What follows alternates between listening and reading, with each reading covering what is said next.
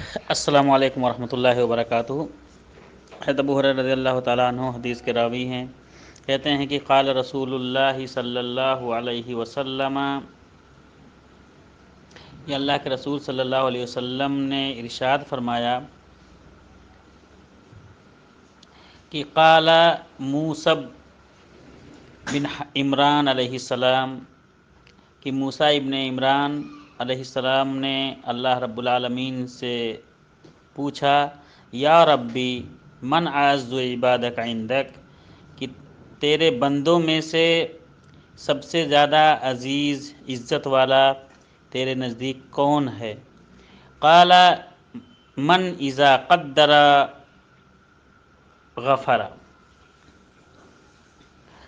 کہا اللہ رب العالمین نے کہ میرے نزدیک سب سے زیادہ عزت والا وہ ہے کہ قدرت ہونے کے باوجود لوگوں کو معاف کر دے، قابو ہو بدلہ لینے پر لیکن اس کے باوجود معاف کر دے۔ یہ حدیث شعب الایمان کی حدیث ہے، جس کو امام بہقی رحمہ اللہ نے نقل کیا ہے۔ السلام علیکم ورحمۃ اللہ وبرکاتہ۔